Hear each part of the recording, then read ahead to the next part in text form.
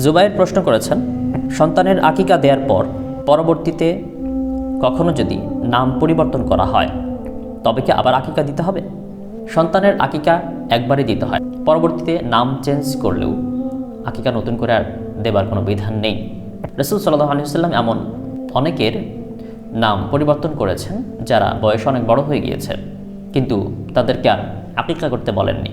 তাছাড়া আকিকার নিয়ম শিশুকালেই, জন্মের 1 সপ্তাহ পর, বেশি লেট হয়ে গেলে, পরবর্তীতে বড় হয়ে গেলে আর আকিকার বিধান থাকে না, তখন সেটা জায়েজ হয়, সুন্নাত আদায় হয় না।